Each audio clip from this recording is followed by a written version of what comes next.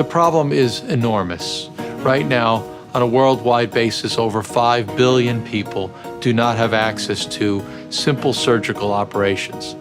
If we look at the magnitude of the problem, 17 million people would be expected to die from problems that could be corrected with a surgical intervention. The Tribirwa Surgical Center in eastern Uganda is a sustainable program that we can provide affordable, safe surgery to everyone. Our program has always been around looking for ways to create not only surgical care in a region, but a sustainable program of surgical care. It is unlikely to be solved by exporting or importing surgeons into regions of need, but finding more efficient ways to use technology to share surgical knowledge.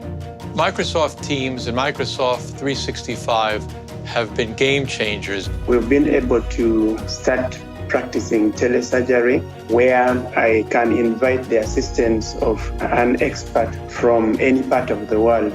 The Dynamics 365 with Remote Assist, coupled with the HoloLens technology, allows us to have surgeons operating with Uganda completely connected with surgeons here in Mount Sinai. Through this HoloLens, Dr. Marin is able to see exactly what I am seeing. He's able to have a real-time view of my surgical field, 7,000 miles away.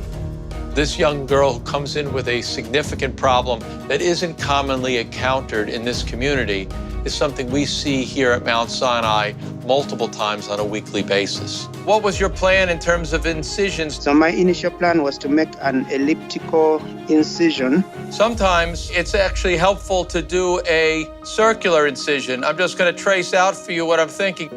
It was so clear now. How I would have approached it would not have offered me the advantage. So the ability to evolve in the technology and share our knowledge with our Ugandan partners allows the Ugandan team to evolve as well. Their nurses, their anesthesiologists, their surgeons all get confident, get capable of doing things. If we think about it in the simplest form, consultative surgical support can begin with a telephone. A simple landline telephone can communicate between one doctor and another.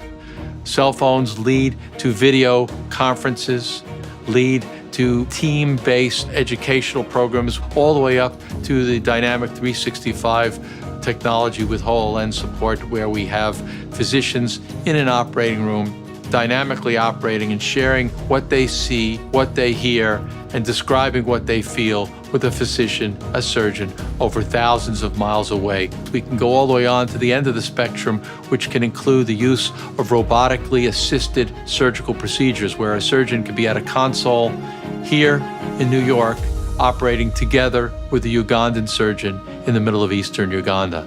And there are certainly going to be technologies that transcend our robotic knowledge that'll go beyond that to be developed in the future. I readily see how we're going to begin to integrate this into our residency and surgical training programs in this institution, where we can begin to advance independent surgical skills with our surgical trainees on a more rapid basis. This will form a very important part of the next generation of education of surgeons.